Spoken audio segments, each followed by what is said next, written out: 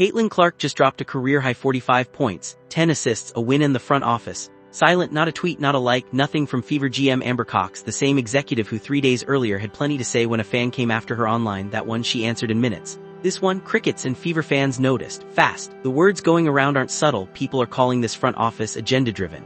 Openly.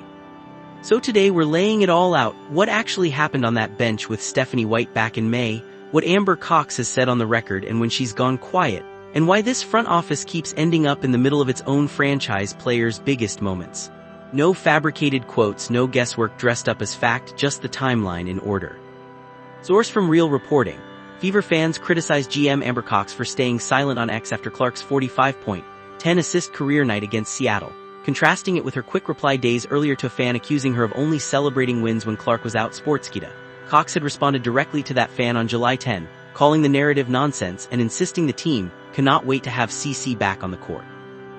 Before we get to why fans are calling this an agenda-driven front office, we have to start with the bench. Back in May, during a blowout loss to Portland, Clark and head coach Stephanie White got into it right there on camera in front of everyone.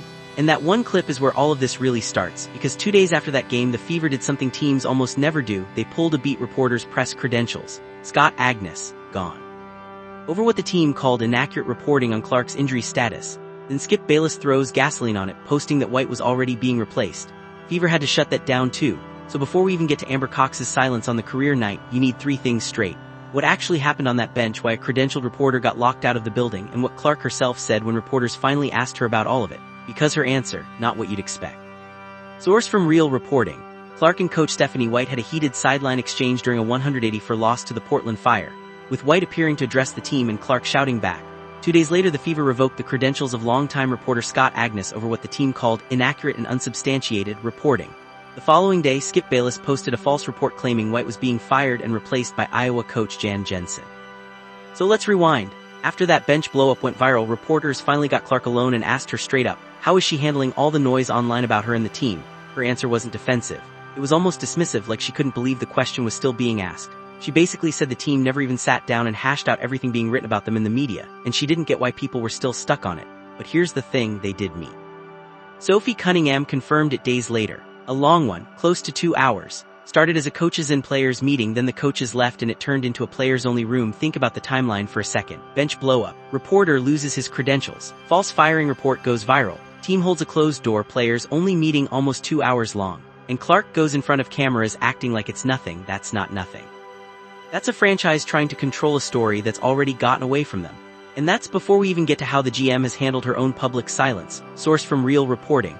Asked how she'd handled online rumors about her and the Fever, Clark told reporters she didn't understand why people were still on this, adding that the team hadn't sat down to address everything being written and discussed in the media. Days later, Sophie Cunningham revealed the Fever held a nearly 2-hour team meeting after back-to-back losses, which began with coaches present before shifting into a players-only gathering. Now let's talk about Amber Cox, because once you line up her timeline, a pattern starts to show. July 10th, a fan account accuses her of only being loud on X when the Fever win without Clark. Cox claps back almost immediately, calling it nonsense, saying the whole team, Clark included, celebrates every win together fast, direct. On the record, then Clark has the best game of her career, 45 points, in that same account that Cox clapped back at. It notices her account's gone quiet, nothing since the Mercury highlights days earlier. That's when the fanbase turns. Comment sections fill up calling this front office agenda-driven. Some going after Cox by name, bringing up unrelated PR controversies from her past to paint a bigger picture. Here's the question nobody in the building wants to answer. If Cox has the time and the willingness to fire back at a random fan account defending the team's image, why doesn't she have 30 seconds to hype up her own franchise player's career night? Source from Real Reporting. Cox responded directly to a fan account on July 10, calling the agenda narrative nonsense and saying the whole team, including Clark, celebrates every win together. Days later, after Clark's 45-point, 10-assist career night, the same fan account noted Cox's last X activity remained the July 10 post, and other fans piled on calling the franchise agenda-driven, with some invoking Cox's past controversies. Now here's where we stop speculating and just show you what happened. Second quarter, Fever down big to Portland, White gives forceful instruction. Clark throws her hands up.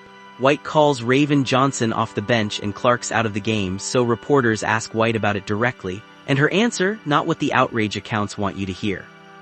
White basically said this gets read as a bigger deal than it is because it's Clark, that the same exchange in men's sports probably doesn't become a story at all, and Clark backed her up. Called it two competitive people trying to win. Said this kind of thing happens all the time and people are just choosing to make it something else. Here's the tension nobody wants to sit with. The two people actually in that exchange both shrugged it off, and yet the credentialed reporter still lost his access. The GM still went quiet on the career night. That's the part that doesn't add up, not the bench moment itself. Sourced from Real Reporting. White said the reaction to the moment reflected sensationalism to try to get some clicks rather than a real issue, adding she didn't think it would become a story if you're watching it in men's sports. Clark echoed that framing, calling it simply two people being competitive, two people that really want to win, and said things like that happen all the time. So the Agnes situation, that's not some random beef.